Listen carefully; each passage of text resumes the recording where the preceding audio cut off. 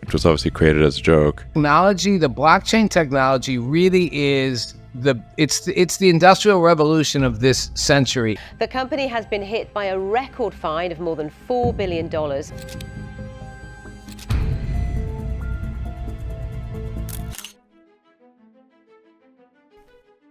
Blockchain technology has revolutionized the way incentives shape network behavior, creating entirely new structures to reward, secure, and sustain decentralized ecosystems. Let's dive into the essence of these incentives through the groundbreaking case of Bitcoin and its proof-of-work mechanism, a model that has inspired countless other networks.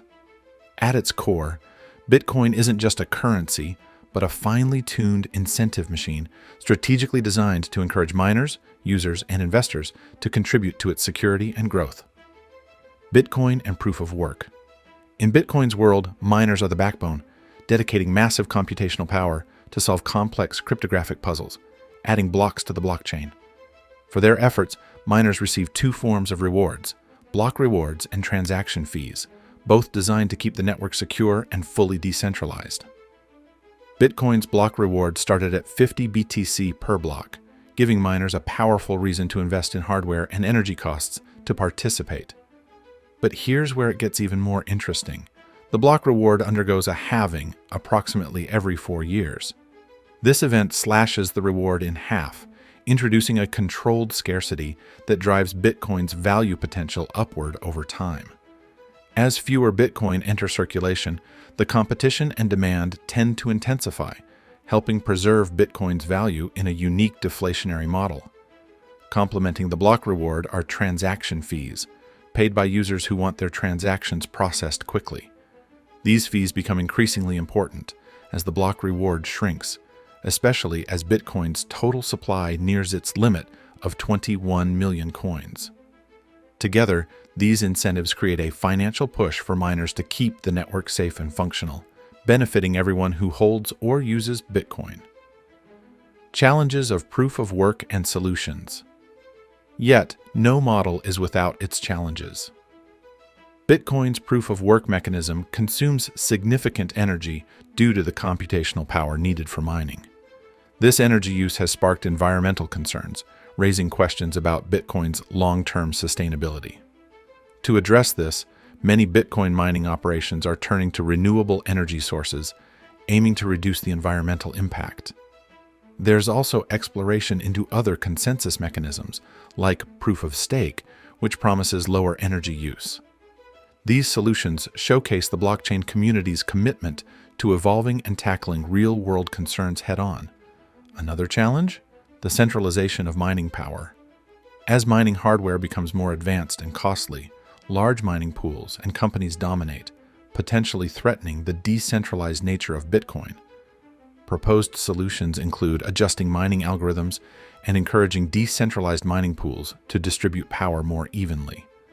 Lastly, scalability remains a core issue, with Bitcoin facing slower transaction times and rising fees during peak usage. Enter the Lightning Network, a Layer 2 solution that allows off-chain transactions, easing network congestion and lowering costs without compromising security. Ethereum and smart contracts. Now, shifting from Bitcoin's currency-driven framework, let's look at Ethereum, a platform that brings programmable contracts into the picture. Ethereum's innovation lies in its smart contracts, self-executing contracts with terms embedded in code. This feature has sparked an explosion of use cases in areas like decentralized finance, DeFi, non-fungible tokens, NFTs, and more. Ethereum's incentives are built around gas fees, which fuel every transaction and contract execution on its blockchain. Every action requires gas, and users pay these fees to prioritize transactions, incentivizing miners to keep the network flowing smoothly. Higher gas fees mean faster transaction times, while lower fees may lead to delays. This fee structure also encourages developers to create efficient, streamlined code, as more complex contracts demand higher fees. Ethereum's Ethereum Virtual Machine, EVM, sets the stage for executing these smart contracts. It assesses each contract's complexity and assigns a gas cost, which balances the network's computational load and ensures that resources are used effectively. Gas fees also help mitigate spam, as paying for each operation prevents malicious actors from overloading the network with low-value transactions. Impact of Ethereum on decentralized finance and beyond. Ethereum's impact on decentralized finance, DeFi, is profound, reshaping traditional financial services and giving users more direct control over their assets.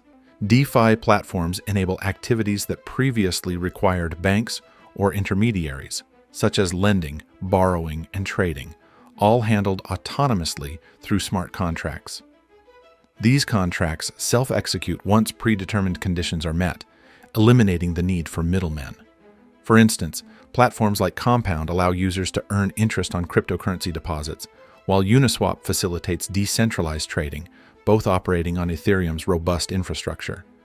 This system shifts the financial power to individuals, fostering a more inclusive financial landscape accessible to anyone with an internet connection. Beyond finance, Ethereum's versatility has led to breakthroughs in digital asset ownership, especially with the rise of non-fungible tokens, NFTs.